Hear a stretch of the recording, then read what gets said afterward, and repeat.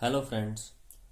आज के वीडियो में हम बात करेंगे नीच भंग राजयोग के बारे में कि नीच भंग राजयोग क्या होता है, किस तरह से बनता है और किस तरह से किसी नीच ग्रह की जो है कंडीशन वो भंग होकर राजयोग में कन्वर्ट हो जाती है। वो सारे पॉइंट्स आज के वीडियो में हम डिस्कस करेंगे।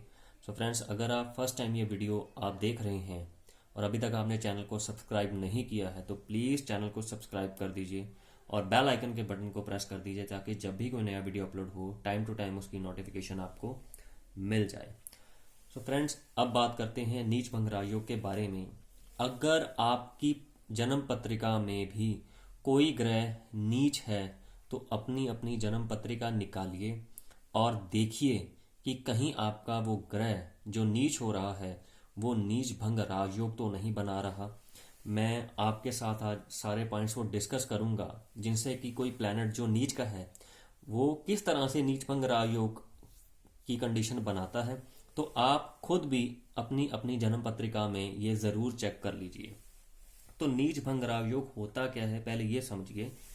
जब भी कोई ग्रह पत्रिका में नीच राशि में स्थापित होता है, जिस तरह से आपको सामने चार्ट पर नजर आ रहा है कि मंगल जो है वो अपनी नीच राशि कर्क में है। यहाँ पर जो ग्रह जो है वो नीच भावों से नहीं होता, राशि से होगा कि मंगल जो है वो कर्क राशि में नीच का होता है। अब कर्क राशि कुंडली में किसी भी भाव में हो, मान लीजिए अगर यहाँ पर 9वें भाव में यहाँ पर कर्क राशि हो और मंगल यहाँ पर हो, तब भी मंगल नीच माना जाएगा।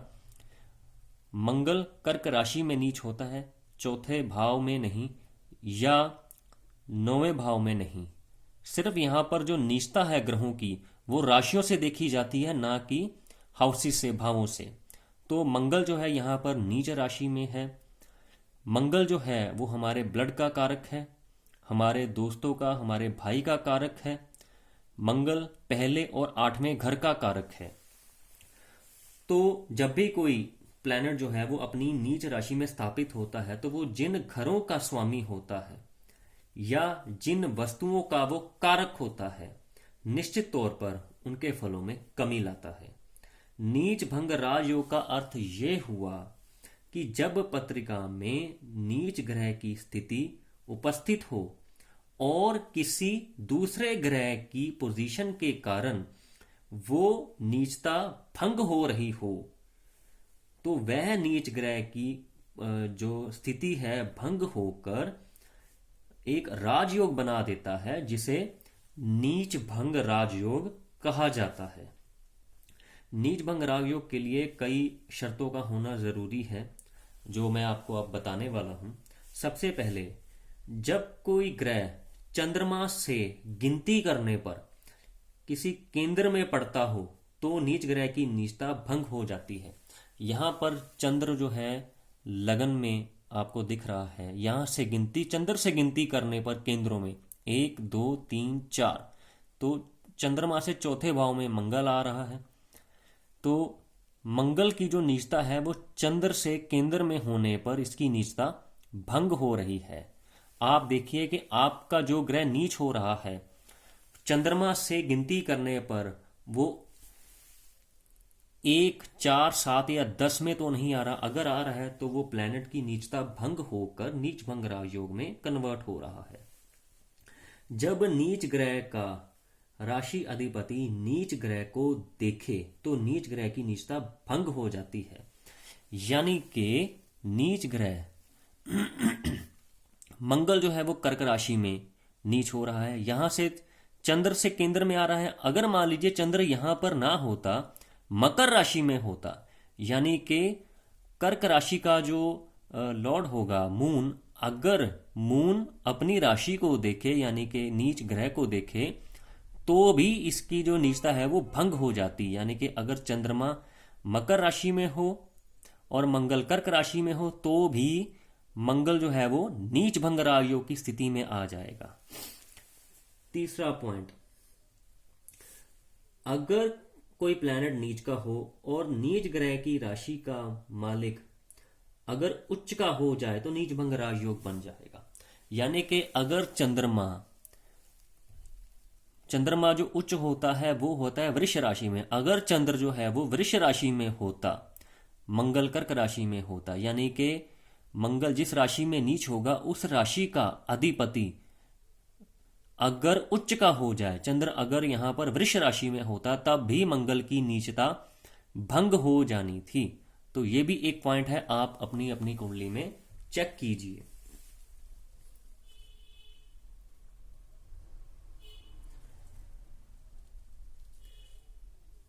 जब नीच ग्रह का राशि अधिपति स्वयं उच्च का हो जाए तो नीच ग्रह की नीचता भंग हो जाती है। ये पॉइंट हम देख चुके हैं। अगर मंगल के साथ यहां पर अगर उच्च का जो गुरु है वो कर्क राशि में उच्च का होता है, अगर मंगल के साथ यहां गुरु की युति हो जाए तो भी यहां मंगल जो है वो नीच भंग राजयोग की स्थिति बना देता। अगर कोई दो ग्रह परस्पर समसप्तक एक दूसरे को देखे तो भी ग्रह की जो नीचता है वो भंग हो जाती। अब ये यहां पर तो नहीं बनेगा, क्योंकि अगर परस्पर यहां देखते तो चंद्र यहां पर नीच नहीं होता। मान लीजिए जो मेष राशि है यहां पर हो शनि, वो नीच का हो जाएगा, और सूर्य जो है वो तुला राशि में हो, तो दोनों आमने सामने, शनि भी नीच है यहां पर और सूर्य भी नीच है। इस कंडीशन में भी यहां पर नीचता भंग हो जाती। अगर इस केस में मंगल जो है वो कर्क राशि में है और गुरु जो है वो मकर राशि में नीच के हो जाते हैं। अगर गुरु देव जो है वो मकर राशि में हो, मंगल कर्क राशि में हो, तब भी मंगल की जो नीचता वो है वो भंग हो जाती और यहां से गुरु की नीचता भी भंग हो जाती। तो दोनों की नीचता भंग होकर मंगल और गुरु जो है वो इस कुंडली में नीच भंग राजयोग बना देते हैं। अगर कोई ग्रह कुंडली में D1 यानी कि अगर आपकी लगन पत्रिका में तो नीच का है, लेकिन आप ये देखिए कि वो मंगल जो है कि वो D9 में, या जो भी ग्रह आपकी कुंडली में नीच का है वो D9 में यानी कि नवांश चार्ट में अगर वो उच्च का हो रहा है, तब भी जो नीच भंग राजयोग की स्थिति बन जाती है। अगर नीच ग्रह जो है नीच का होकर वक्री हो जाए, अगर मान लीजिए मंगल मैं एज एन एग्जांपल ले रहा हूं, आप कोई भी ग्रह देखिए, जिस तरह से शनि जो है वो मेष राशि में नीच है, कहीं आपकी कुंडली में शनि नीच का होकर वक्री तो नहीं, गुरुदेव जो है वो मकर राशि के होकर वक्री तो नहीं, मंगल कर्क राशि का होकर वक्री तो नहीं, कोई भी ग्रह अगर नीच का होकर वक्री हो जाए तब भी वो नीच भंग राजयोग की स्थिति बना देगा।